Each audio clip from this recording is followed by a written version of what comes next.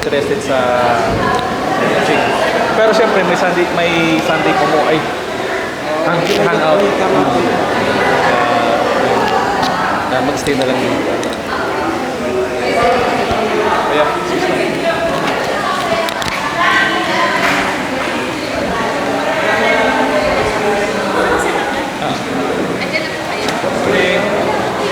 Pini kaya.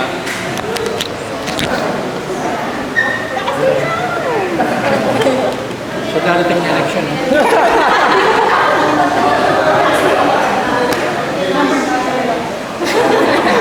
Bakit free? Kasi this ako. Yes, may campaign.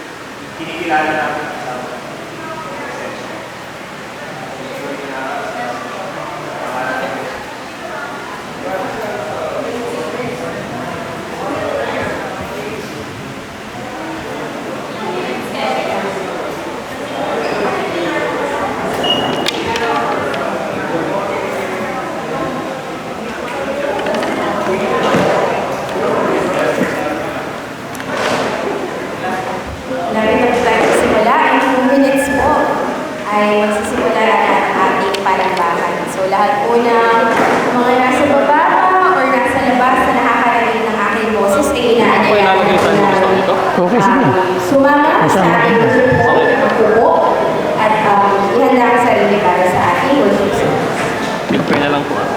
Okay, sige.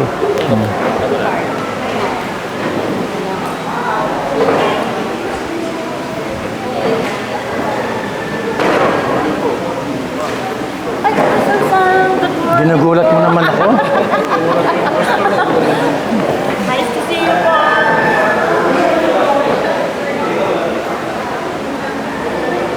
Isa sa mga gusto.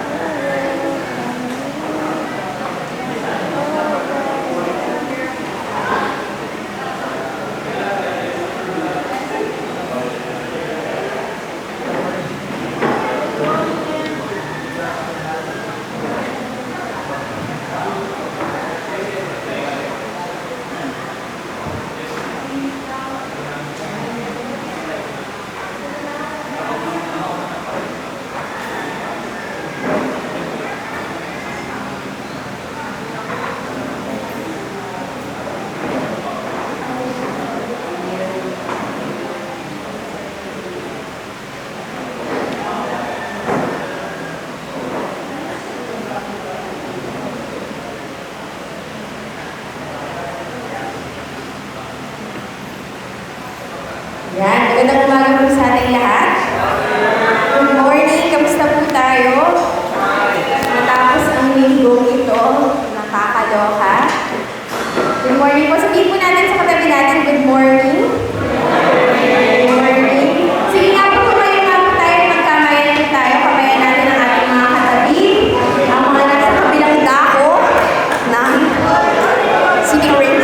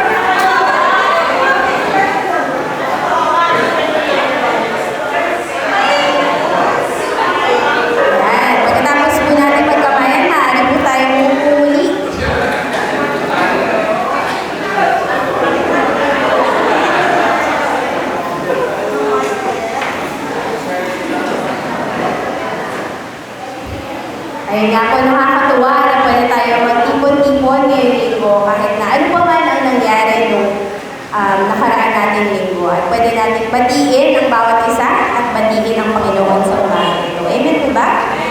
Sige po, bago po tayo magsimula, samahan niyo po ako sa panalangin. Panginoon, magandang umaga po sa inyo. Salamat po sa pagdala niyo sa amin dito sa inyong iglesia. Salamat dahil pwede kami makipagkamayan sa aming mga kapatid.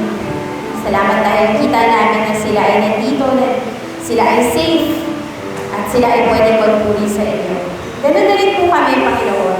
Ngayong umagang ito, ihanda ninyo ang aming mga puso, ang aming mga isipan, sa kung ano man ang aming sasabihin, aawitin, ipapanalangin. Lalo-lalo na, Lord God, samahan niyo kami sa aming makikinig sa inyo ngayong umagang ito. Sa inyo namin ibinibigay ang araw na ito, Panginoon, pati na rin ang mga darating pang-araw. Sana samahan niyo kami ngayon as we worship you, as we praise you, as we give you back all the glory and all the praise forever. Thank you, Father, and may you be pleased by our worship today. Kayo po ang gusto namin makasama, so please be with us, Lord. In Jesus' name we pray. Amen and amen. Tuwayin po tayong lahat at papurihan po natin ang ating Panginoon na very, very deserving of our praise and of our worship. Umamin po tayo.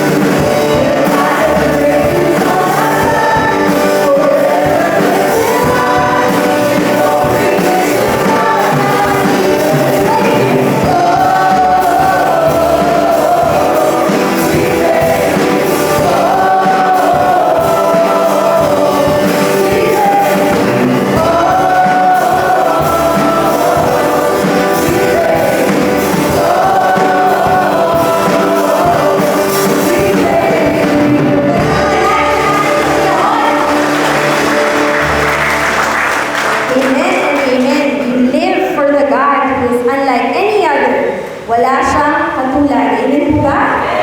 Amen. To Him we sing hallelujah. Let's continue praising our God.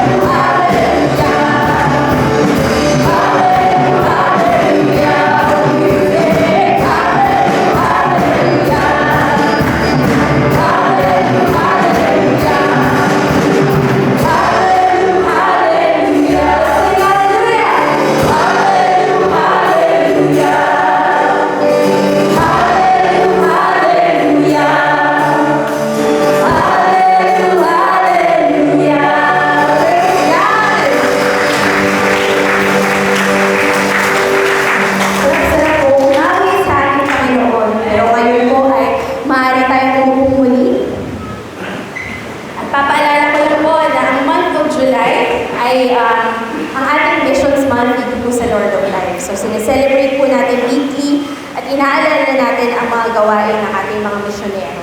At para po sa linggong ito ay meron tayong updates mula sa ating missionary na si Ate Bel Verania. So i-play lang po namin at tingnan po natin kung ano po ang mga ginagawa ni Ate Bel at ang kanyang mga prayer concerns at iba pang mga bagay na updates tungkol sa kanya.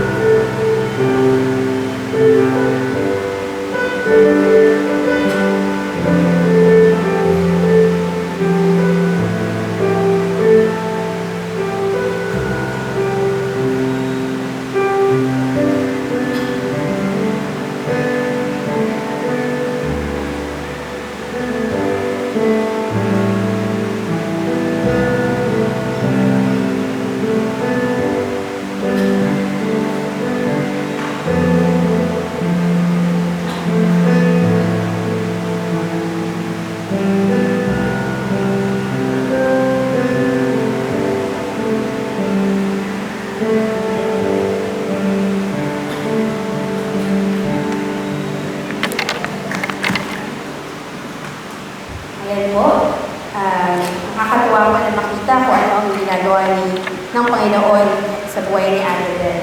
And as we wrap up Missions Month po, napakinggan na natin yung iba't ibang mga gawain ng ating mga misyonero the past few weeks, and napakinggan natin kung ano yung mga pinapanalangin nila, kung sino yung mga pinapanalangin nila at mga inaabot nila. At maganda po itong reminder din para sa atin na ang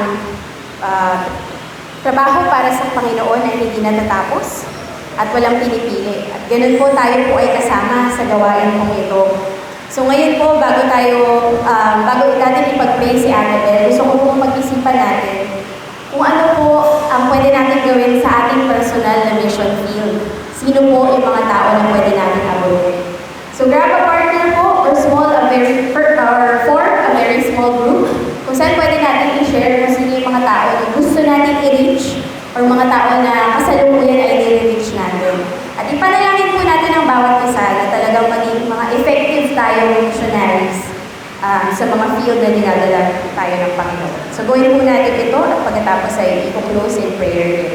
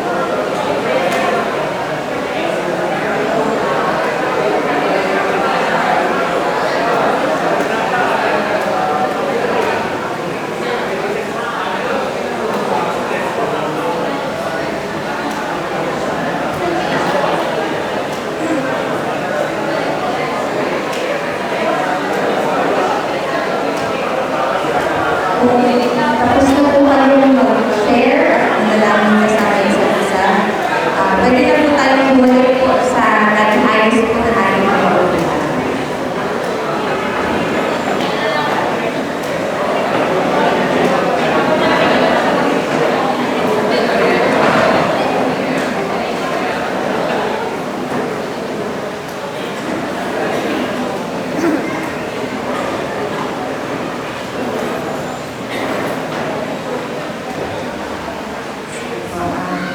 So sabi po sa Romans 10:11-12, hindi magbibigo ang sino mang sumasampalataya sa Kanya. At ang pangakong ito ay para sa lahat dahil walang pagkakaiba ang Hudyo sa hindi Hudyo. Ang Panginoon ay Panginoon ng lahat at pinagpapala niya ng masagana ang lahat ng tumatawag sa Kanya. So tayo po ay lumapit at manalangin sa ating Diyos. Panginoon, maraming salamat po sa umagang ito at sa pribilehiyo na kami sama-sama makapanambahan sa iyong iglesia. Salamat po sa inyong biyaya at sa kalayaan na kami po yung makapagpanalangin at magbigay ng papuri sa inyo na walang pangamba at hindi kailangan itago. Salamat Lord dahil sinasamahan mo kami araw-araw at tinutulungan para mapagtagumpayan ang mga pagsubok na aming hinaharap. Salamat rin po sa inyong salita na aming gabay at pinagkukunan ng lakas, kaaliwan at ng kaluluwan. Tulad po Lord ng sabi niyo kay Prophet Isaiah, your ways and plans are superior than ours. At naniniwala po kami na mayroon kayong magandang plano kung bakit po kami inilagay sa aming mga eskwela, trabaho, tirahan at iba't ibang relationships. Lord, tinataas po namin ang mga tao na nabanggit ng bawat isa kanina na nais po nilang mabahagian ng iyong mabuting balita. Turuan at tulungan niyo po kami, Lord, na magkaroon ng genuine heart for the lost. Hindi napipilitan o nagigilty dahil tingin natin na ito po ay isa lang requirement. Bigyan niyo po kami, Lord, ng pagmamahal na meron kayo para sa kanila, para ma-embolden kami, Lord, na mag-reach out sa mga tao ito. Lord, and as we go, kung saan naman po kami tinatawag, ay maging tapat po kami ng mga tagasunod ni Jesus sa lahat ng aming mga desisyon at gawain. Panginoon, bilang isang iglesia, salamat rin po sa pribilehiyo na may pag-pray po namin si Ate Belgrano. Nagkapasalamat po kami sa buhay niya at sa inyong katapatan sa kanyang pagtatapos ng kanyang PhD sa Fuller Theological Seminary. Salamat, Lord, sa inyong pag-ibig na kanyang nararanasan sa araw-araw, sa kalakasan na inyong binibigay, sa matapat na prayer partners at supporters, sa biyaya na magpatuloy ang kanyang dissertation, at sa kanyang mentor at professor na gumagabay sa kanyang research. Salamat din po, Lord, sa mabuting kalusugan na binibigay sa kanya at kay Ina Luz. Salamat po sa mga kaibigan at kamag-anak na ginagamit niyo para matulungan sila. Salamat din po sa magandang balita na tumanggap ang kanyang mga pamangkin kay Jesus noong June 1. Kami po ay kasama ni Ate Beth sa kasiyahan na ito at kami ay nagpupuri sa kabutihan ninyo sa kanya at sa kanyang balita. Lord, patuloy po namin tinataas sa inyo ang kalakasan sa kalusugan ni Ina Luz at ni Ate Beth. Kayo po, Lord, ang magbigay ng comfort at healing sa makitin na esophagus ni Ina Luz, pati na rin po yung calcified granulinitis sa kaliwang balikan ni Ate Beth. Para, Lord, kay Ina Luz, hinihiling din po namin yung panalangin po ni Ate Beth na hindi po siya magkaroon ng uwal-sipon, maging stable na po yung kanyang pulse rate at oxygen level, maging po yung inyong patuloy na provision sa kanilang mga pangangailangan. Bigyan niyo din po, Lord, ng patuloy na lakas si Ate Beth para maalagaan si Ina Luz. Lord, pinag-pray din po namin ang pagkatapos sa Ate Beth ng kanyang dissertation. Bigyan niyo po siya ng katalinuhan na maisulat at maipaliwanag ng mabuti ang resulta ng kanyang study. Gabayan niyo din siya, Lord, kung paano siya makakapag-reach out sa kanyang mga kamag-anak. Kumilos po kayo sa puso ng kanyang mga kapatid at mga pamangkin at gamitin niyo po ang buhay ni Ate Beth bilang isang powerful testimony upang ilagay ng paniniwala at pagtitiwala sa inyo. Pinapanalangin din po namin ang Saring Ate Del na lumabog pa sa pananampalataya ang kanyang mga kaibigan sa Morocco, pati na rin ang mga iglesia na sumusuporta sa kanya. Nawa po maging faithful din po ang Lord of Life sa pananalangin at pag-support kay Ate Del bilang aming partner missionary. Panginoon, itong nagdaang linggo ay naranasan po namin ang mabuting bagyong Karina. Inaalala po namin ang mga pamilya na nasalanta ng magiging pagbaha. At inilalapit po namin, Lord, na nawa po kayo magbigay ng comfort at provisions po para sa kanilang mga pangangailangan. Lord, bigyan niyo po ng wisdom at compassion ng aming mga local leaders kung paano po nila best na matutulungan ng aming mga kababayan. Dinadalangin din namin, Lord, ang karunungan para sa aming gobyerno na makontain ang oil spill ng tanker na lumubog sa Manila Bay noong nakaraang Huwebes. Nawa po ay hindi na po ito magpaminsala pa at masolusyonan po ito sa pinakamabilis na panahon. At sa pagdating po ng mga susunod na araw din po, tulungan po kami, Lord, na maging handa sa pagdating po ng mga bagyo pa. At kung yung luloob, Lord, nawa po ay hindi na po itong lumakas pa. Lord, sa hapon po na ito, tinataas po namin ang preaching clinic na pangunahan ni Tatay Sam Castro. Gabayan niyo po siya at gamitin niyo po ang paghahanda niya upang ma-train at ma-encourage ang mga preachers ng Lord of Life. Ihanda niyo rin po, Panginoon, ang mga attend at magamit po namin ito upang fearfully at faithfully na maipahayag ng tama at totoo na ayon sa konteksto ang inyong salita. Samahan niyo rin po, Lord, si Tatay Sam sa kanyang pagbabahagi ng inyong salita ngayong umaga. Napakarami pa po, Lord, na aming gustong ipagpasalamat at ipanalangin.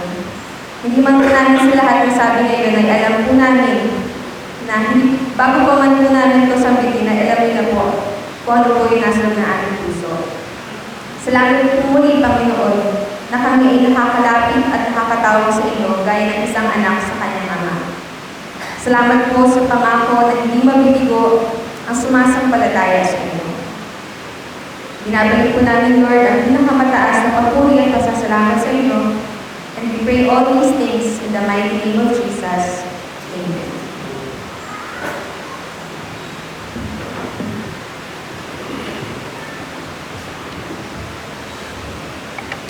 Bago pa man din po tayo dumating dito sa ating iglesia ngayong linggo, alam ko po marami tayong mga napagdadaanan sa ating mga pang-araw-araw na pwedeng nakaka-test ng ating faith. Whether it be personal or it be something as major as yung typhoon na nangyari this week. Ako po last week, 2 weeks ago, galing po ako sa biyahe at nung pauwi po ako dito po sa Manila, nasa Manila na ako. Ito po yung view sa bintana ko. Video ko po yan. Matagal kami nasa Himpapawid. Hindi makaland yung piloto dahil sa tindi ng kidlat. At matagal po bago kami nakaland. Nung una may kaba, habang nandun ako, syempre, paano kung kami doon? Tamaan. Gagawin ko, wala. Pero pagkatapos nun, parang naisip ko, wala naman din ako magagawa.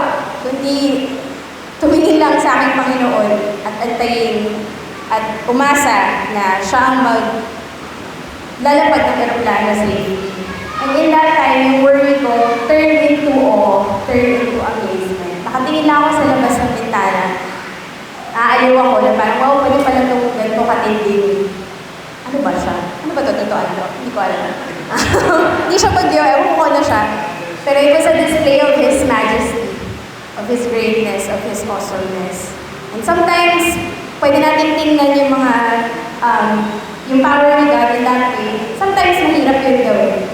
Lalo na pag nangyayari sa mga buhay natin, yung mga challenges na hindi natin alam paano haharapin. Pero He has reminded us in Joshua 1:9, "Have I not commanded you? Be strong and courageous.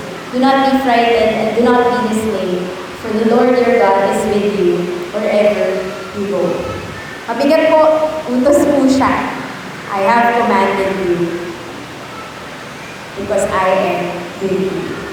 So as we continue worshiping our Lord, as we continue singing to Him, slave. Kasama natin siya sa kahit anumang sakuna, sa kahit anumang personal na pinagdadaanan natin. Kasama natin ang Panginoon at hindi niya tayo susuko dahil mahal na mahal niya tayo. Kumain po tayo lahat, gawin na natin siya.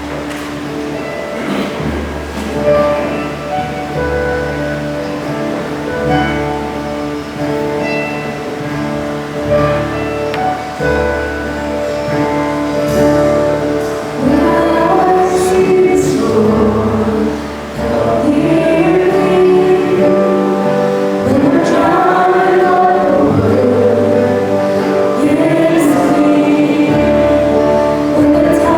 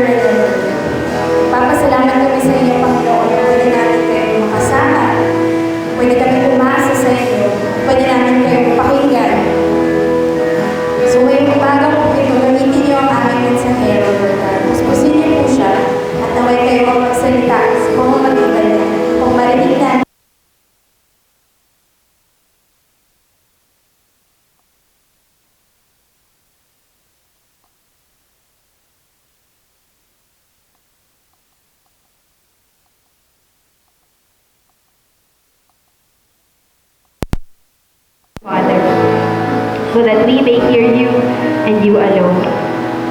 So be with us, our God. We want to hear your voice today. And I pray na magamit talaga namin ang sasabihin niyo sa amin sa aming pang-araw-araw. Mahal namin kayo, Panginoon. In Jesus' name we pray. Amen. Amen. Mari po muna tayong umupo ulit. Tatawagin ko po si Pastor Sam para po sa mensahe sa iyong umaga nito.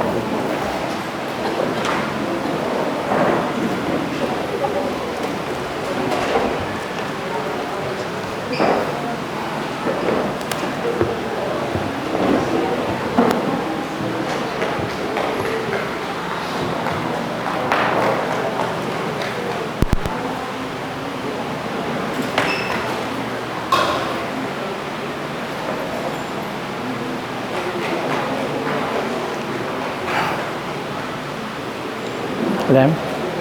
Dapat ka ba ilagay ito? Ano ito, Lem? Hindi na. Gagamit ako nito. Thank you. Tapos,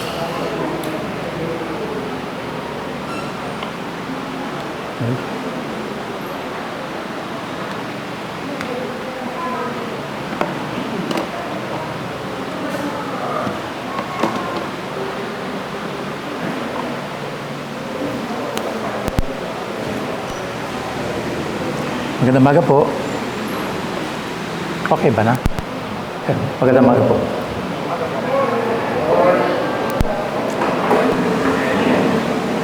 Kamusta na po ako? Mabuti. Tuwing merong nakakita sa akin, palaging sinasabi, Pastor, ang tikas-tikas ng katawan niyo. Ilan taon na ba kayo? Sabi ko, hulaan mo. Sabi nung isa siguro po mga 60. Pamboyt mo. Tinanong ko yung katabi niya, ikaw palagay mo, ilang taong ka na? Ikaw po, lampas na kayo ng 80. Sabi ko, galit ka ba sa akin? Ako po'y nagpapasalamat sa Panginoon sa pagkakataong makapunta muli rito, lalo na yung makadalaw doon sa aking pinakamatandang kapatid. Napansin ko po talaga na masyadong mabilis ang kanyang pagbaba ng kalusugan. Galing po kami doon sa Bulacan kahapon. Nagbigay kami ng panahon para madalaw po siya. At pinagpapasalamat ko sa Panginoon na talagang naging maayos. Napakabilis po ng panahon, di po ba talaga? Talagang hindi po natin makontrol. Yun ano po, nung napunta po ako dun sa Mansalay, i-update lang po kayo, mabilis po ito. Dedication ng Second Bible ng Mangyan, Old and New Testament. Meron silang 6 na lingwahe. Pero pag meron silang mga konferensya, ang kanilang interlanguage na ginagamit ay Tagalog. Walang problema sa Tagalog. Pero pag sila nagpupulong bilang tribo, yung lingwahe nila. Sa buong Mindoro po, meron pa lamang 2 Biblia na nasa Old and New Testament. Yung Biblia ng Tabwid at ang huling-huli, Biblia po ng Hanuno'o. Yung pong Hanuno'o, 10 taon po ang ginawa para mabuo. Yung ibang gumawa nasa abroad na, hindi na kayang bumalik din dahil mahina na rin ang katawan. At yun ang progreso, pero talaga nagpapatuloy ang gawain dun sa tribal sa Mindoro. Salamat sa God. Andun po ako nung umattend ako, inimbitahan po ako talaga para umattend doon. Hindi ko naman po alam na yung aming district minister doon na hindi a-attend. Kaya palaging tinatawag ako dahil bilang medyo nagmamatanda doon para magsalita para doon sa district. Kaya may nakita po ako doon isang babae. Sabi niya, hello Pastor Sam. Ay sabi ko, pasensya dahil hindi kita kilala. Saan ba kita nakita? Ay sabi niya, sa Gumaka po, pinagtuturo po kayo ron. Sabi, ay hindi niyo po talaga ako matatandaan. Elementary po ako noon. Sabi ko, wag mo na ituloy ang kwento. Hanggang dyan na lang. Hindi ko po alam sa inyo, pero parang unti-unti na nagpaparamdam ang mga nagbabalak tumakbo sa susunod na eleksyon. Siguro sa mga opisina ng gobyerno, pribado, mas malakas ang pagpaparamdam. 2 months ago po, nakakalat doon po sa Calapan yung pong picture po ni Camille Villar. Ang nakalagay po doon ay ingat sa biyahe, yun lang po ang nakalagay, ingat sa biyahe. At kalat po yun. Tapos nakita ko tinanggal, hindi ko alam kung sinong nagtanggal nun. Pero ang papanyo sa Mindoro, mula Calapan hanggang punta ka naman Salay, sa bawat entrance ng Bagong Bayan, Nauhan, Bansud, Pinamalayan, meron kang makikitang welcome, mga politiko nasyonal. Welcome, ang palagi sinasabi welcome. Kahit hindi sila taga-raon, puro sila welcome. Kaya hindi ko talaga alam kung anong welcome nila. Pero siyempre alam natin, pinag-uusapan natin yung halalan. Ang lahat ng gustong tumakbo, talagang gustong maglingkod sa bayan. Hindi po ba? Gusto maglingkod. Walang issue tungkol doon. Pero ang ating pag-aaralan po ngayon ay yung paglilingkod sa Diyos. At nais ko talakayan sa inyo ang 2 Timothy 2:20-23. Ang sisidlang kagamit-gamit sa sangbahayan ng Panginoon. Ang sisidlang kagamit-gamit sa sangbahayan ng Panginoon. Ito po ay tungkol sa paglilingkod sa Diyos. Masyado pong obvious yun. Ang mahalagang katanungan na ito, na umpisang itanong natin sa ating isip, ang lahat ba ng paglilingkod ay katanggap-tanggap sa Diyos?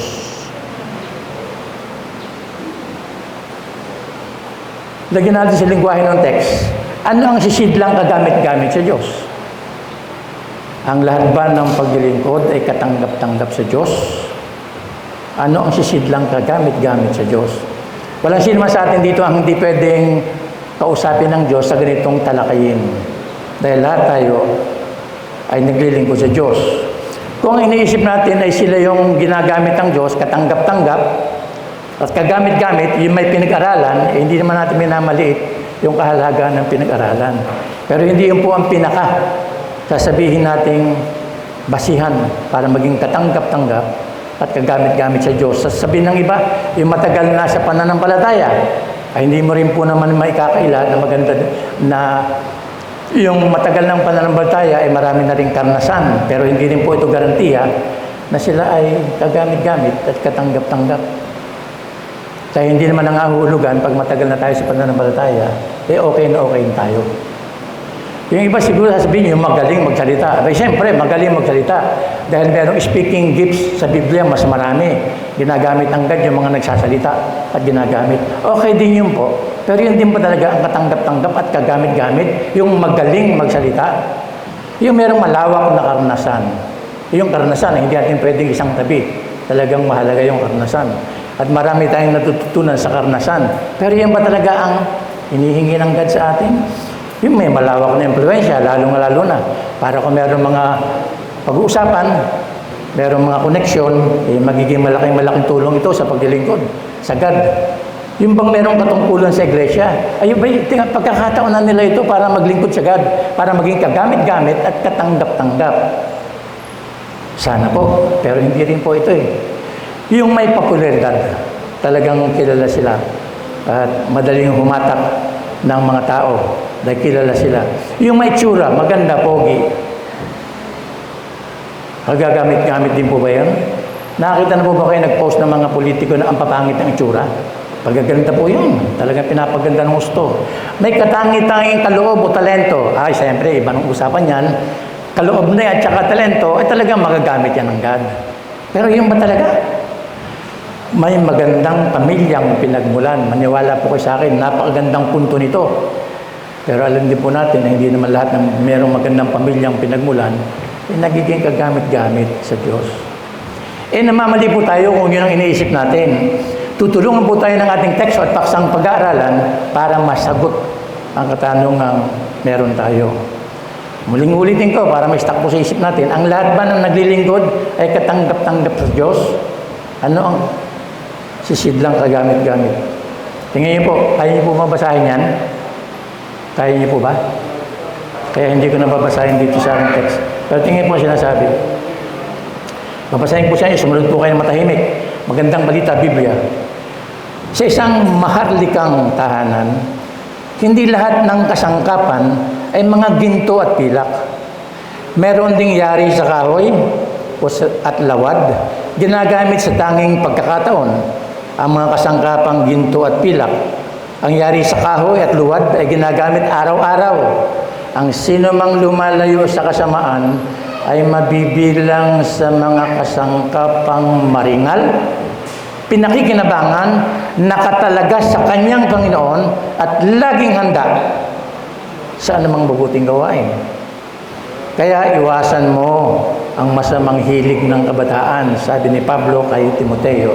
Pagsikapan mong maging makatarungan, tapat at mapagmahal, at mamuhay ka ng mapayapa kasama ng mga taong malinis ang puso na tumatawag sa Panginoon. Pagpalain ng Diyos ang kanyang salita. Nakita niyo po, tanging pagkakataon at meron pang araw-araw. Ilalagay ko po yan sa simple lamang na balangka sa outline para makasunod po tayo. Pero ito pong halimbawa ng mga jar. Salamat kay Hana, hindi ko alam kung saan niya hinakot ito. Pero nilagay niya po rito.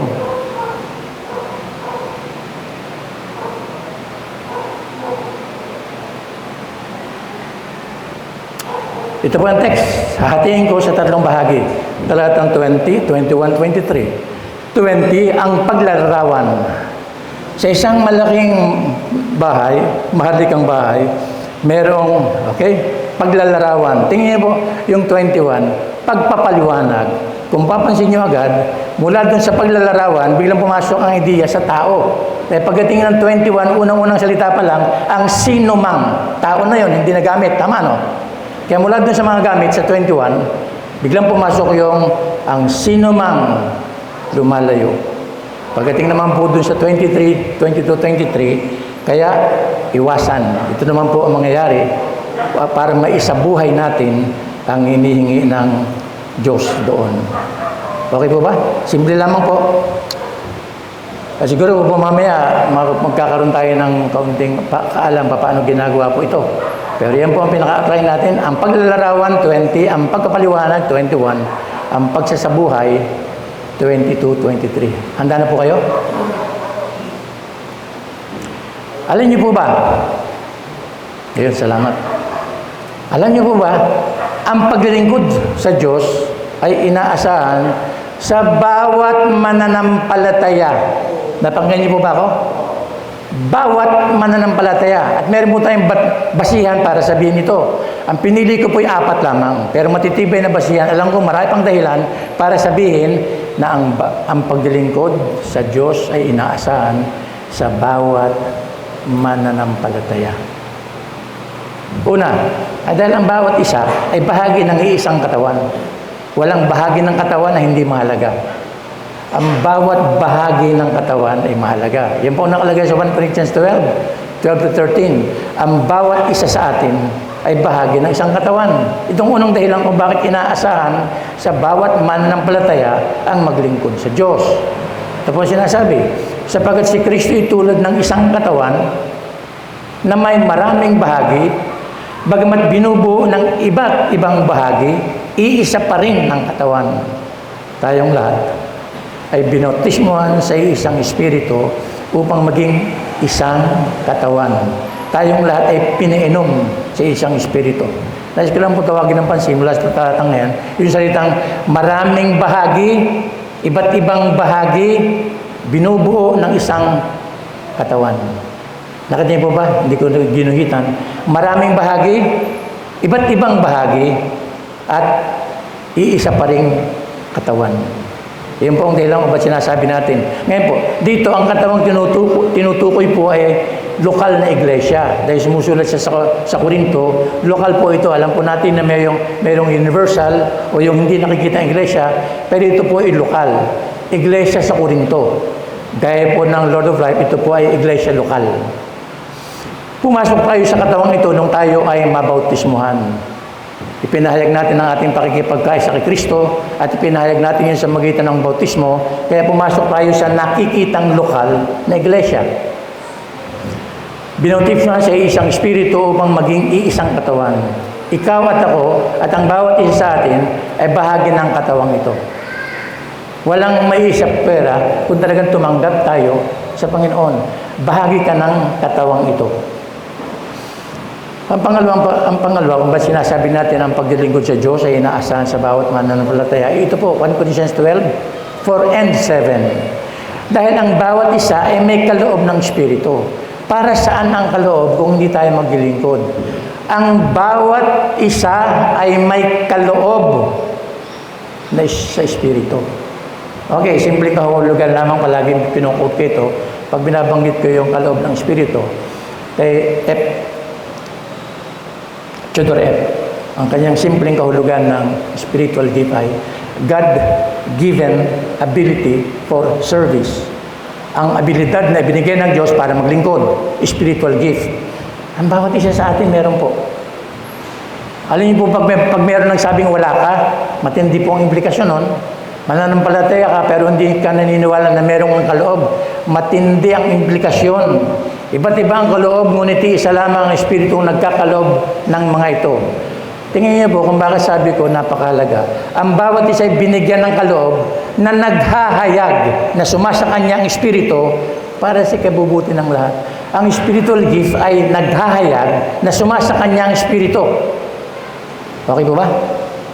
Kaya sinabi ko masyadong matinding halaga ang katotohanan talaga. Ang bawat isa sa atin mayroong kaloob.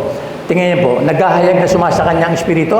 Kapag sinabi natin wala tayong kaloob ng Espiritu, ay parang sinasabi na rin natin, bay wala tayong Espiritu Santo. At kung wala tayong Espiritu Santo, hindi tayo anak ng Diyos. Yan ang maliwanag na nakalagay sa Romans 8:14-16. Kaya ang bawat isa sa atin ay mayroong kaloob.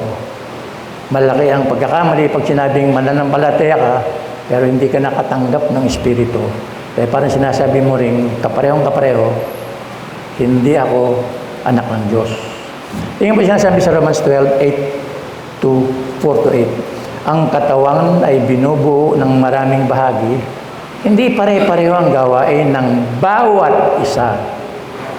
Yamang meron tayong mga kaloob at na magkakaiba ayon sa kagandahang loob ng Diyos sa atin, gamitin natin ang mga kaloob na yan. Kung paglingkod, ay maglingkod tayo. Kung magturo, ang tumanggap ng kaloob sa pagtuturo, magturo ang tumanggap ng kaloob sa pagtuturo. Mangaral, ang may kaloob na pangangaral. Kung pag-aabuloy, ay mag-abuloy ng buong kaya. Kung pamumuno, mamuno ng buong sikap. Kung pagkakawang gawa, gawin.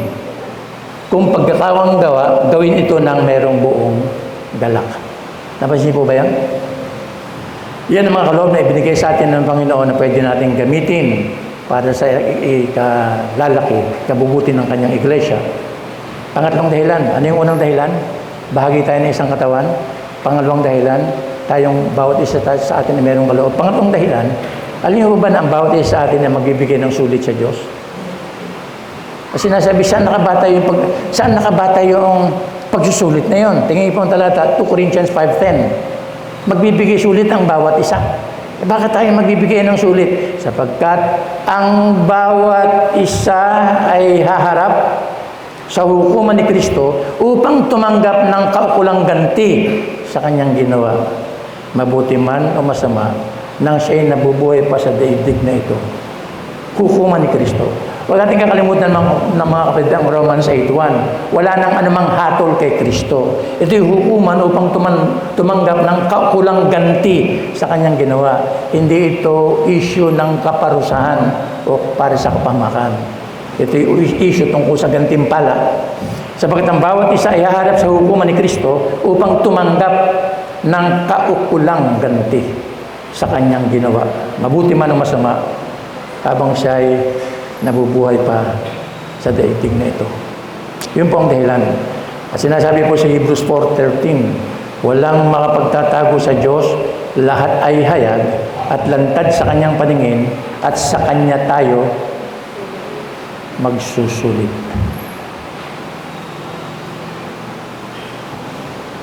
Ano po yung talatang ito? Nakatingin ba yung dalawang role ng kadyan? Siya na ang saksi, siya pa ang hukom. Lahat ay hayag at lantad sa Kanya bilang Diyos na nakakalam.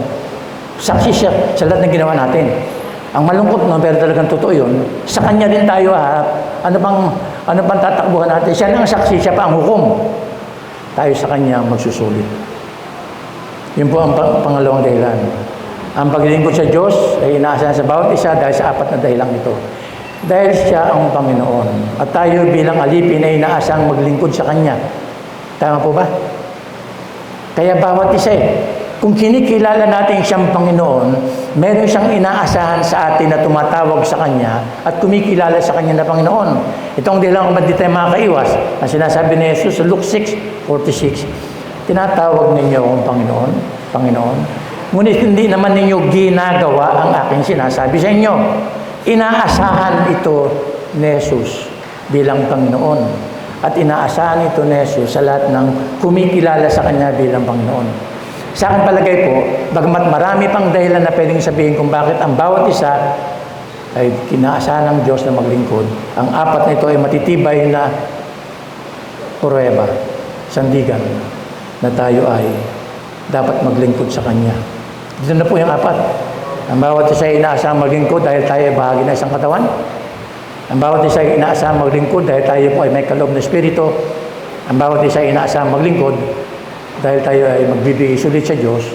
At ang bawat isa ay inaasahang maglingkod dahil tayo ay alipin ni Jesus. Muli, ibabalik ko kayo, baka makalimutan nyo. Kung ang bawat mananampalataya ay inaasahang maglingkod, ang lahat ba na naglilingkod ay katanggap-tanggap sa Diyos? Ano ang sisidlang kagamit-gamit sa Diyos? Masasagot natin yan muli sa ating pagtalakay sa pagpapatuloy. Tingnan nga po ang unang punto natin, ang paglalarawan. Ito po ay nakatungtong sa talatang 20. Sa isang maharlikang tahanan, sabi ng isang salin, sa isang malaking tahanan, hindi lahat ng kasangkapan ay pare-pareho. Sabi ng Pinoy version, may iba't ibang klase ng plato at tasa. Ang yari ng kasangkapan, may yari sa ginto, may yari sa pilak, may yari din sa kahoy at sa luwad o putik. Okay? Okay, sundan niyo po ako ha. Yari. Dahil mamaya uri para makita natin ang kaibahan. Kaya iba't ibang yari. Paano siya ginawa?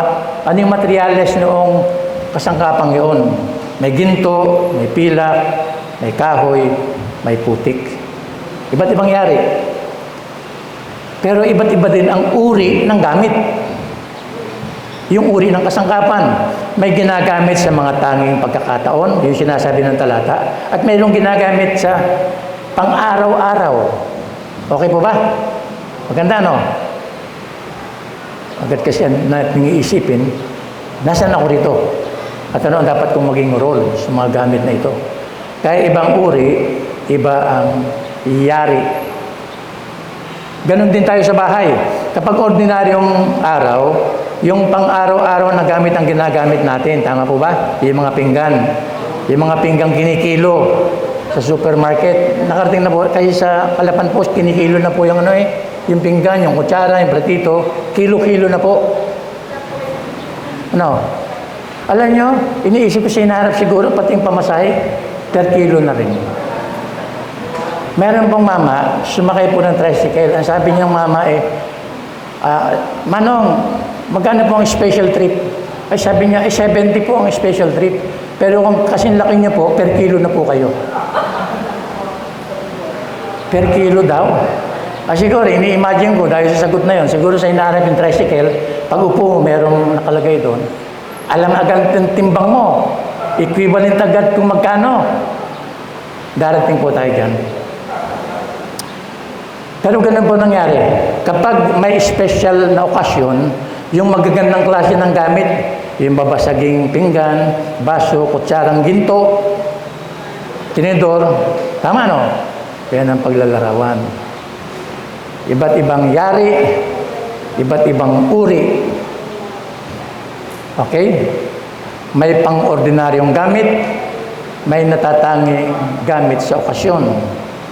Nakasunod po kayo. Kasi mahalaga po itong mga pagkakaibang ito. Tingnan po natin pagpaliwanag dun sa talata. Ang sinasabi, ang lumalayo sa kasamaan. Gaya ng binanggit ko sa inyo kanina, mula doon sa pagtuturo tungkol sa mga gamit, biglang pumasok sa tao ang sinuman. Pagkatapos ng verse 20, ang unang-unang salitang lumabas sa 21 ay ang sinumang. Pagkatapos banggitin ang mga gamit, mga kasangkapan, biglang pumasok ang tao sa eksena, ang sinumang. At sasabihin niya na, at ang sinumang ito ay ang ibig sabihin open for all. Lahat ng yari, lahat ng uri, tama ba? Sa lahat ng yari. Ang sinuman dito, ano man ang iyong yari, ano man ang iyong uri, tingin po sinasabi, ang sinumang lumalayo sa kasamaan ay mabibilang sa mga, kinote ko lang po ito po ang eksaktong verse na nakalagay, nakasulat. Ang sinumang lumalayo sa kasamaan ay mabibilang sa mga kasangkapang maringal, pinakikinabangan, nakatalaga sa kanyang Panginoon. Laging handa sa anumang mabuting gawain. Napakaganda, hindi po ba? Sila ang kagamit-gamit at nakatalaga sa Panginoon. Yan po ang sinasabi. Ang sinumang lumalayo sa kasamaan. Ang mga ito ang kasangkapang katanggap-tanggap sa Diyos at ang sisidlang kagamit-gamit sa Diyos. Yung lumalayo sa kasamaan. Sila ang pinakikinabangan, nakatalaga, at laging handa. Paano po mangyayari yun? Dadaw po tayo sa pangatlo, ang pagsasabuhay, pag-iwas sa masamang hilig ng kabataan. Pagkatapos noong 21, biglang sinabi niya, Timoteo, umiwas ka sa masamang hilig ng kabataan. Nais kong bigyan ng pansin, ang pamantayan ng Diyos sa kabanalan ay pareho sa kabataan at saka sa matatanda. Nagkataon lamang na binanggit niya ito dahil ang kanyang sinusulatan ay si Timoteo na nung edad na yun ay 35 years old na. Kabataan pa rin sa paningin ni Pablo, sa panahon ni Pablo. Okay? Umiwas sa masamang hilig ng kabataan. Yun ang sinasabi doon sa talata. Para maisabuhay upang maging kagamit-gamit. Pagsisikap na maging makatarungan, tapat at mapagmahal. Verse 22. Yun po ang sinasabi. Ito rin pa paano maisasabuhay.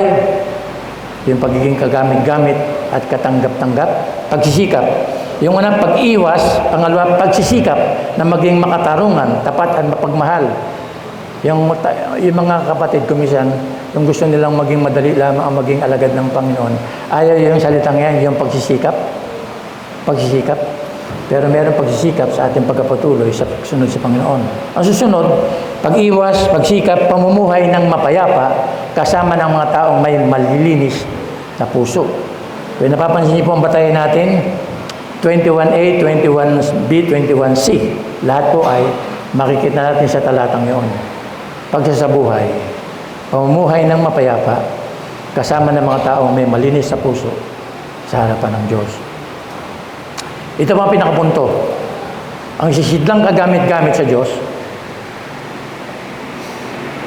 at katanggap-tanggap ay wala sa yari, wala sa uri, kung hindi sa malinis na buhay na pinapanatili. Nakuha niyo po ba? Ang sisidlang kagamit-gamit at katanggap-tanggap sa Diyos ay wala sa yari, gawa. Wala sa uri, wala sa gamit sa Kanya, kundi sa malinis na buhay na pinapanatili. Mga kapatid, nais kong sabihin sa inyo, ito paalala sa akin, paalala sa bawat isa sa atin. Dito, ibinibilang ng Diyos sa magitan ni Pablo, yung mga taong katanggap-tanggap at kagamit-gamit sa Kanya. Malinis na buhay na pinapanatili. Posible ba yun? Ay hindi naman ibibigay ito kung hindi posible yun. Sila ang mapapabilang sa mga kasangkapang maringal, pinapakinabangan, nakatalaga sa kanyang Panginoon, laging handa, anumang ang gawain. Bago dumating yung main natin, meron pang naunang talata, bago dumating ang 20 to 23 natin, pinaka-teksto natin, sa 16 nakalagay, iwasan mo ang walang kabuluhan at malaswang usapan, sapagkat ang mga gumagawa niyan ay lalong nalalayo sa Diyos. Parang mahirap naman isipin, hindi ko alam ang talatang ito, pero bakit ito binigay kay Timoteo? Meron bang sitwasyon na si Timoteo ay na-expose sa ganyang gawain, sa ganyang environment? Ako po, nung nasa Kalapan, ay meron po akong, nagpapagupit po ako sa barbero. Dalawa po yung barbero ngayon magkatabi. Yung isa pong barbero, medyo okay naman, ganda ng aircon, magagaling din ng magupit.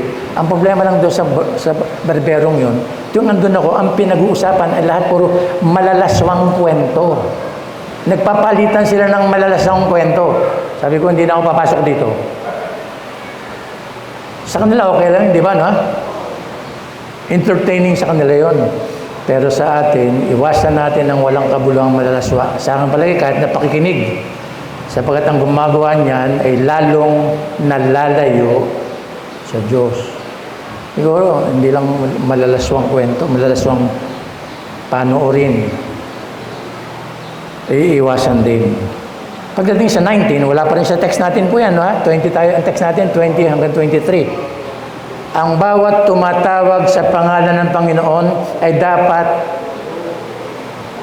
lumayo sa kasamaan. Kaya ako lang binanggit ng mga talatang ito, yung mga naunang talata, bago dumating ang teksto, yung pagpapahalaga ni Pablo para ituro yung pagpapanatili ng malinis na pamumuhay. Kung minsan pag nakapatuloy na tayo sa ating paglingkod, hindi natin pinapansin yun. Siguro naman, mauunawaan ako ng Diyos. Napaka-aktibo ko naman sa Kanya. Ito bang maliit na pagkakamaling ito, ipapansinin pa niya? Pero kung hindi, mauunawaan niya na siguro yun. Mga kapatid, pagpapanatili ng malinis na buhay. Ano mga excuse hindi natin pwedeng gamitin? Sa 21, lumayo ka sa kasamaan. 21. Sa 22, iwasan ang masasamang hilig. Sa 23, iwasan ang walang kabuluhang pakikipagtalo. Napansin niyo po ba yun? 16, iwasan. 19, lumayo. 21, lumayo. 22, iwasan. 23, iwasan. Muli, binabanggit ko. Paulit-ulit kong binabanggit ito para bigyan ng diin yung pagpapanatili ng malinis na buhay.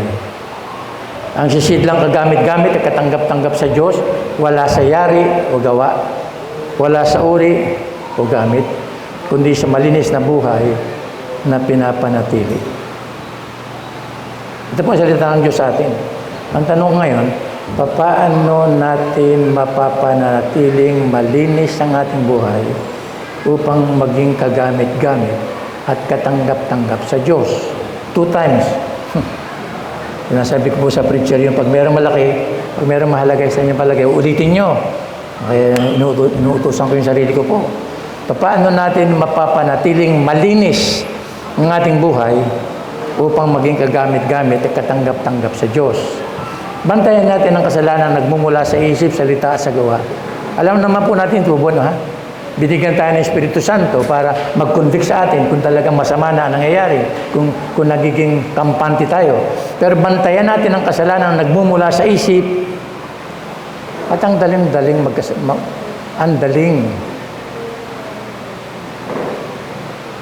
magkasala sa isip dahil ikaw na nakakaalam. Tama? Sa salita at sa gawa. Bantayan natin. Siyempre, alam natin ito. Alamin natin ang mga bagay na dapat natin gawin, ngunit hindi natin ginagawa. James 4:17. Sa kanya na nakakaalam ng paggawa ng mabuti at hindi ito ginagawa, ito'y kasalanan sa kanya. Bantayan natin yung mga bagay. Kung minsan, hindi natin pinapansin. Mga bagay na dapat gawin pero hindi natin ginagawa, sabi ni Santiago, ito'y isang kasalanan din. Alam po natin ito. James 4:17. Lalo na po ito. Nanggaling sa bibig ni Jesus. Higit sa lahat, bantayan natin ang sinasabi ni Jesus.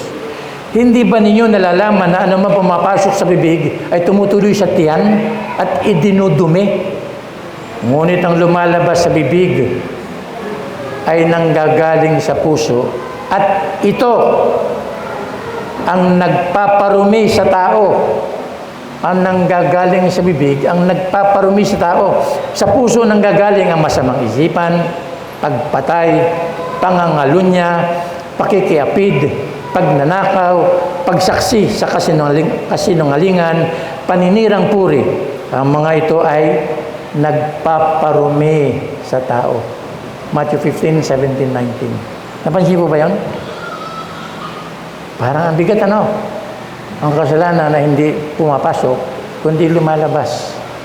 Bago maging kasalanan, bago maging actual sin, nanggaling sa puso. Napansin niyo po ba yung ano? Napansin niyo po ba yung listahan? Sa puso nanggagaling ang masasamang isipan. Sa puso nanggagaling ang pagpatay, Sa puso nang gagaling ang pangangalo niya. Bago ba maging aktwal, nanggaling muna sa puso. Sa puso nag-uumpisa ang pakikiapid. Sa puso nag-uumpisa ang pagnanakaw. Bago mo kunin yan, mag-iisip ka muna, magpaplano ka muna kung okay lang. Sa puso nang gagaling ang pagsaksi sa kasinungalingan at paninirang puri, at ang mga ito ay nagpaparumi sa tao. Meron po ang huling karanasan na sa ang palagay medyo guilty po ko ng kaunti. Ako po ay mag-a-announce, hindi ko pa po ina-announce ito sa church dahil latest lang po na nangyari. Wala na po akong balak mag-renew na kumuha ng lisensya sa pagkakasal. Ito po ang nangyari kung bakit nag-decide ako ng ganon. Meron po akong kinasal, hindi sila parehong membro ng simbahan. Nagpunta po yung kinasal, nag-file po doon sa City Hall, ayaw pong tanggapin. Dahil hindi raw po kami membro ng simbahan nyo. Sabi ko, paano nangyari? Nagkakasal ako sa Pinamalayan, nagkakasal ako sa Bungabon, nagkakasal ako sa Nauhan. Ano nangyari? Bago daw lang pong policy yun. Ano solusyon? Dapat po kami kumuha ng baptismal certificate dito at idideklara namin kami po ay nabaptize dito. Napansin niyo po ba yun? O kahirap noon. First time kong ginawa pero ayoko nang ulitin. Kaya wala nang magagawa, andun na sila, inaantay sila sa City Hall. Nagpa-print ako ng baptismal certificate. Nilagay ko yung pangalan ng isa lang, dahil isa lang naman dapat maging membro eh. Pinirmahan ko. Nakita niyo po ba ang pangit noon? Pinirmahan ko para patunayan na yung taong yon ay nabautismuhan sa simbahan na pinaglilingkuran ko. Ang laking kasinungalingan yun, di ba? Ayoko na pong maulit. Kaya sabi ko, kung meron papakasal dyan, sino magpapakasal pa rito? Kaya sinasabi ko na sa inyo, kumuha kayo na merong lisensya at pwede ako magbigay ng exhortation at siya magdideklara na kayo kasal na. Pero wala na po akong bala kumuha ng lisensya. Yan na ang nakaantig sa akin eh. Kasinungalingan. At ang ginawa ko ay kasinungalingan. Pumirma ako para magpatunay na ang taong yon ay membro ng simbahan at doon na bautismuhan. Hindi ko naman talaga ginawa yon. Sapagat ikaw ay pawawalang sala at parurusahan batay sa iyong mga salita. Sabi ni Jesus mismo, Mateo 12:37. Ihingi natin ng kapatawaran sa Diyos ang anumang karumihan ng pagkakasala. Ang isyong pinag-usapan dito, paano ka maging kagamit-gamit? Meron pagkakataon na hindi tayo makaiwas.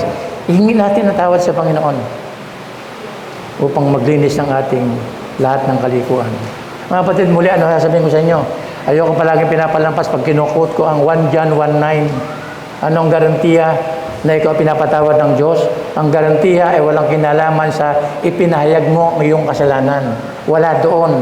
Hindi doon nakapatong. Pakinggan niyo ang talata. Ang sinamang kung ipapahayag mo ang iyong kasalanan ay tapat at banal siya, napapatawarin tayo sa ating kasalanan at lilinisin tayo sa lahat ng kalikuan. Ang garantiya ng pagpapatawad ay wala sa iyong pagpapahayag. Ang garantiya ng pagpapatawad ay nasa katangian ng Diyos. Tapat at banal siya na tayo ipapatawarin. Pag hindi tayo pinatawad, hindi siya tapat. Pag hindi siya tapat, hindi siya banal. Kaya matindi yung garantiya ng pagpapatawad. Ang garantiya ng pagpapatawad ay nasa katangian ng Diyos na hindi pwedeng magbago. Kaya pwedeng maging malinis. Kung nadumihan tayo, pwedeng maging malinis. At ang garantiya natin ay ang katangian ng Panginoon. Ang sisidlang kagamit-gamit at katanggap-tanggap sa Diyos, wala sa yari, wala sa uri, kundi sa malinis na buhay na pinapanatili. Aminin natin, hindi madali ang pagkapanatili ng malinis na buhay. Tama po ba? At laging sinasabi ko ganito, ano sa kalooban ng Diyos ang madaling gawin?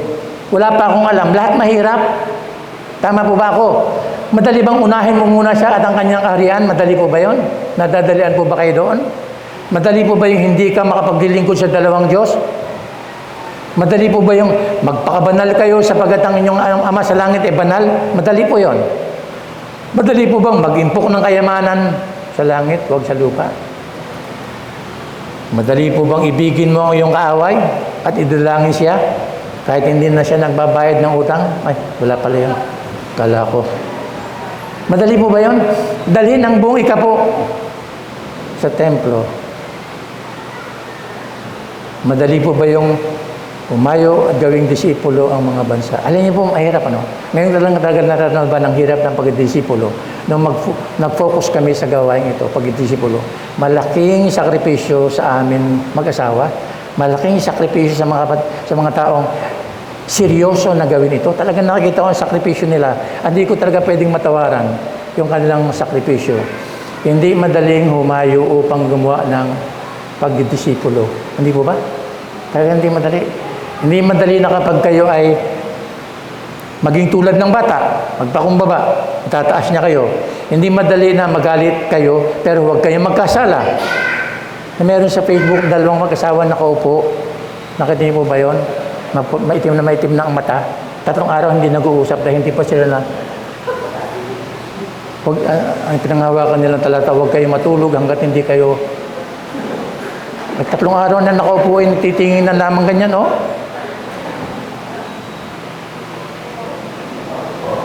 Magalit ka pero huwag kang magkasala. Siya ay namatay para sa lahat, ang sinasabi sa 2 Corinthians 5:15, upang ang nabubuhay ay huwag nang mabuhay pa sa kanyang sarili. Huwag mabuhay sa kanyang sarili. Madali po ba yun? Kaya naman yung iba na talagang nahihirapan, na pinipili na lamang daan ay yung pagsunod ng kalakalahati. Mga kapatid, yung term na yan ay minsan ko lang nakita sa bagong salin na Biblia, Joshua 24. Sabi ng mga, pagkatapos ipahayag ni Joshua yung kanyang pagtalaga sa Diyos, ang sabi ng mga Israelita, magtatalagan na rin kami sa Panginoon. Susundin na rin namin siya mula ngayon.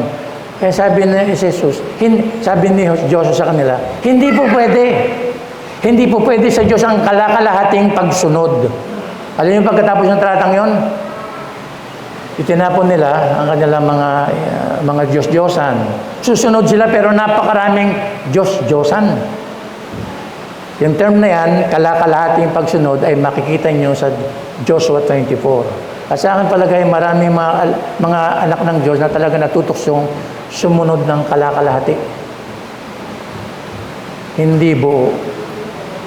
Pakitang tao, pagsunod kapalit ng ninanasang pagpapala. Yung pamangkin ko po nag-text sa akin, siya po ay nasa Dubai. Nasaan siya, no? Si Haya? Ha? Dubai? Nag-text po siya. Dahil meron siyang isinend din sa Facebook na yung pastor doon ay nangaral. Na ang lahat ng pangangaral niya tungkol sa pagpapala ng God. Ano niya nirecord niya, tapos pinadala sa akin. Yung pastor na especially, invited speaker nila doon sa lugar na yon, nag-bless. Sabi niya, sa loob ng 10 taon, tiniti ako ang bawat isa sa inyo, meron ng bagong sasakyan. Sabi niya, pag wala kayong bagong sasakyan sa loob ng 10 taon, at nakita ko sa kalsada, sasagasaan ko kayo. Yung pa sinabi pa eh. Yung aking pamangkin, kinausap niya na yung pastor. Sabi niya, parang mali yun, pastor. Sabi niya, hindi sumunod ka na lang. Ang katungkulan mo isunod sa mga leader. Kung talagang ayaw mo sumunod sa amin, mabuti pa, may term na ginamit eh, disassociate yourself sa simbahang ito. Kaya, simpleng pagpataboy. Putulin mo na ang connection mo sa simbahang ito. Umalis siya. Sabi ko sa kapamangkin ko, nasaan ka na ngayon? Meron po akong dinadalon ngayon, kakaunti lamang. Pero talagang ako po ay nalulungkot sa mga naiwan doon sa simbahang yon. Yung pastor nangangako, sabi niya, sa susunod na 10 taon, merong BMW yan, merong yung mga coaching brand. At sabi niya i-bless ko yan. Pag sa loob na 10 taon, wala kayong ganyan, may problema kayo. Sasagasaan ko kayo. Sabi ko, kung yung pastor nandito yun, akong sasagasa sa kanya. Hindi madali, pero posible. Kaya sinabi ng Panginoon, ang sino mang lumalayo, iwasan, pagsikapan, mamuhay na kasama ng mga taong may malinis na puso. Mga kapatid, mahirap, pero pwede. Dahil yun ang kasangkapang, hindi ko alam mga kapatid para sa atin. Muli kong sasabihin ng hamong ito na sa akin palagay mabigat sa puso, hindi natin pwedeng ipagpalit ang ating paglilingkod sa anumang kasalanang itinatago natin. Hindi natin pwedeng ipagpalit ang ating paglilingkod sa anumang kasalanang itinatago natin. Ipahayag na lang natin ito sa Diyos. Sa aking palagay, mas okay yun sa atin. Ito ang salita ng Diyos sa atin sa umagang ito. Wala sa yari, wala sa uri, kundi sa malinis na buhay na pinapanatili. Ito ang sisidlang kagamit-gamit at katanggap-tanggap sa ating Diyos. Manalangin po tayo.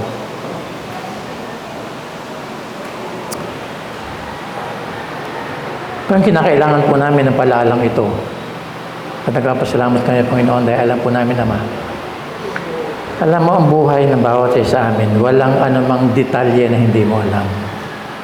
Kung Panginoon, patawarin mo kami kung nagkaroon kami ng bagong pananaw sa kasalanan at nagiging malambot ito, patawarin mo kami. Patawarin mo kami, Panginoon, kung ginagawa naming dahilan, nauunawaan mo kami, patawarin mo kami. Patawarin mo kami, Panginoon, sa lahat ng matagal ng kimkim na galit sa sino man. Patawarin ka po, Panginoon kami. Tulungan mo kami, Panginoon, na hindi maging biktima ng anumang unconfessed na kasalanan sa harapan mo. Panginoon, nakikita mo ang bawat isa sa amin. Kausapin mo ang bawat isa, Panginoon, sa amin. At talagang gumawa kami ng panibagong pagkatalaga na kahit na mahirap sa biyaya mo, gagawin po namin. Dahil ito ang palaging katulong namin. O Panginoon, maraming salamat po. Lisin po ang puso namin.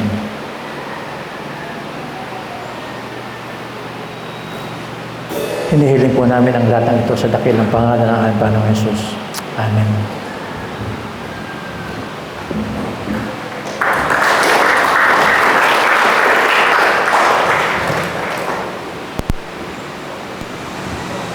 Thank you.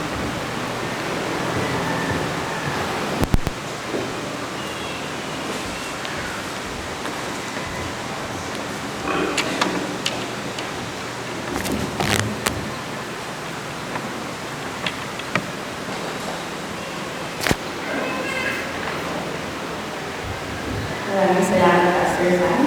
Bilang parte po ng ating panambahan na inanggago natin ating mga ikapo. Tawagin ko po si Soliel at si Miguel para ipatibol ang offering natin.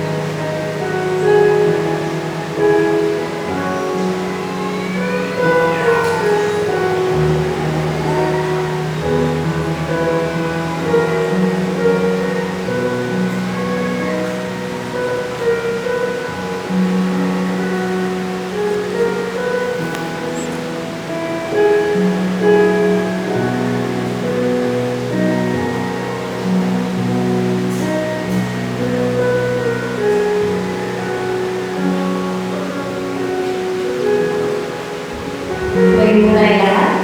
Awin po natin ang puso.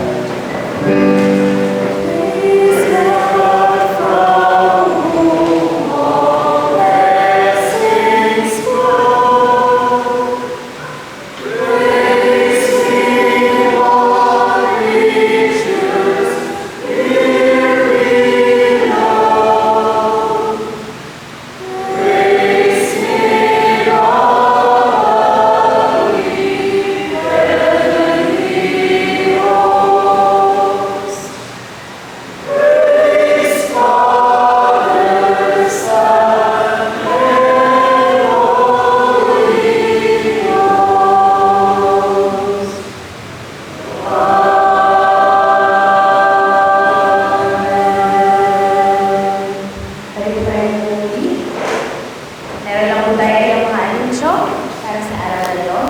Mamaya po, pagkatapos po ng ating worship service, meron po tayong lunch fellowship dito po sa Gloria Margaret. So lahat po tayo ay maaaring makibahagi sa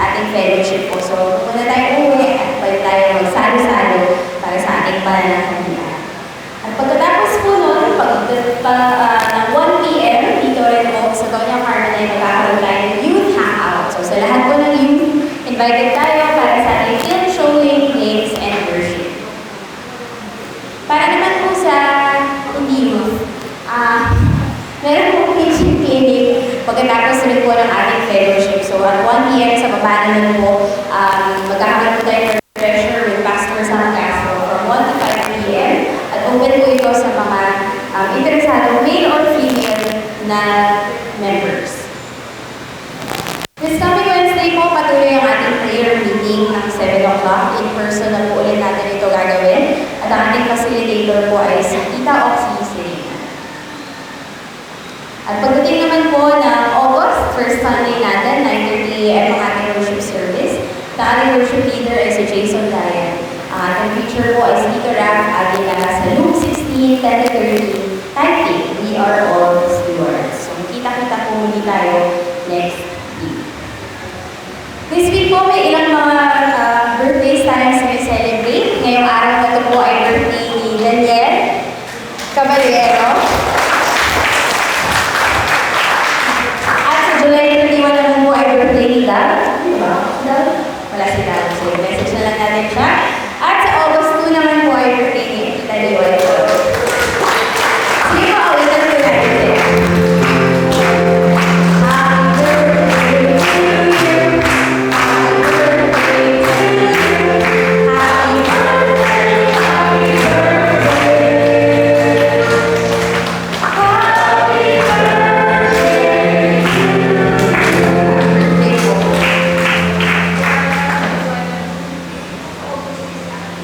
Sino po?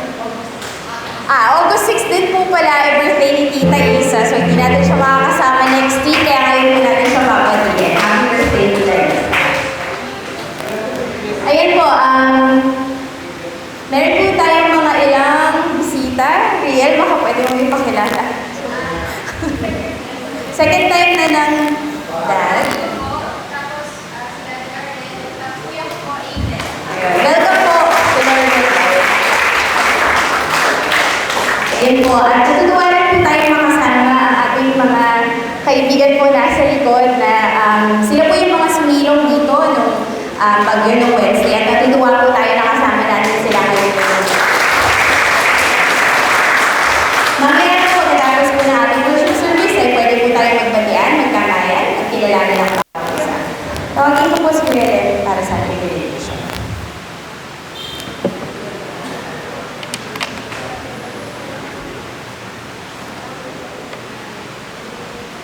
Tumayo po tayo, nagapit po natin. Basbas mula sa salita ng Panginoon. Mula rin po sa ikalawang Timoteo. Kaya nga, anak ko, magpakatatag ka sa pulong ni Kristo Jesus. Ang mga narinig mo sa akin sa harap ng maraming saksi ay ituro mo rin sa mga taong mapagkakatiwalaan at may kakayahang magturo naman sa iba. Dahil dito, ipinapaalala ko sa iyo na gamitin mo mabuti ang kaloob na ibinigay sa iyo ng Diyos nang ipatong sa iyo ang aking mga kamay. Sapagkat ang Espiritong ibinigay sa atin ng Diyos ay hindi Espiritu ng kahinaan ng loob, kundi Espiritu ng kapangyarihan, pag-ibig at pagpipigil sa sarili. Kaya huwag kang mahihiyang magpatotoo tungkol sa ating Panginoon. Totoo ang kasabihang ito. Kung tayo'y namatay na kasama ni Kristo Jesus, mabubuhay din tayo kasama niya. Kung tayo'y nagtitiis ng hirap sa mundong ito, maghahari din tayo kapiling niya. Kapag siya'y ating ikinahiya, ikakahiya niya rin tayo. Kung tayo man ay hindi tapat, siya'y nananatiling tapat pa rin sapagkat hindi niya maaring itakwil ang kanyang sarili. Manatili po tayo nakatayo para sa pamamagitan.